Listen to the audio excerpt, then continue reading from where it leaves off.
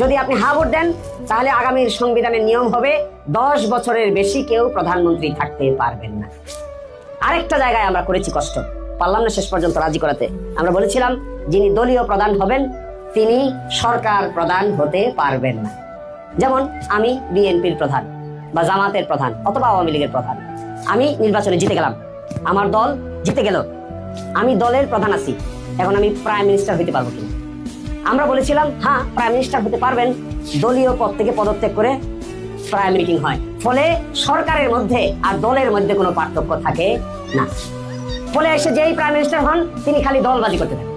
দলবাজি কি? তার দলের লোক খোঁজেন, তার দলের লোক খোঁজেন। কেন? দলের বাইরে কি আর দেশে লোক নাই? যে বেটাই প্রাইম মিনিস্টার হোক তার দলের বাইরে আরো তো লক্ষ লক্ষ লক্ষ লোক এই দেশে আছে। তখন প্রশ্ন এটা মানতে চায় নাই, এটাও আগামীর পার্লামেন্টে উপস্থাপন হবে। এবারকার সংসদের দুইটা কাজ হবে, একটা হবে সংবিধান সংশোধন, আরেকটা হবে নিয়মিত পার্লামেন্ট।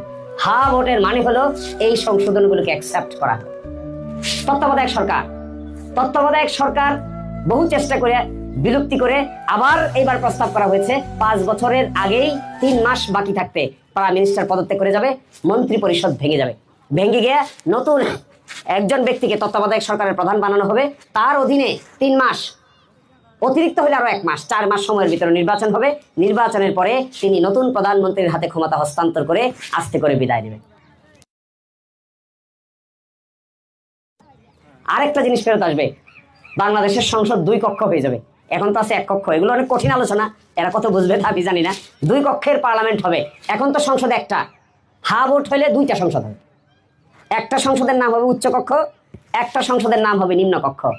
উচ্চ কক্ষ মানে হলো তারা কোন দল ভোটে কত % মানুষের ভোট পাচ্ছে এই পরিমাণ সিট তিনি উচ্চ কক্ষে পাবেন।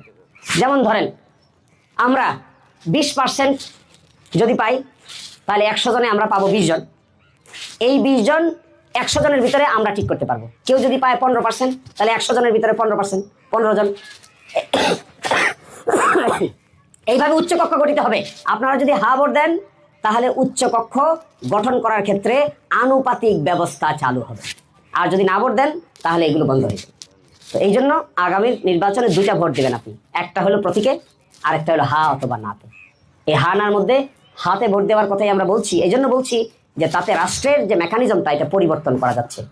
10 বছরের বেশি যদি কেউ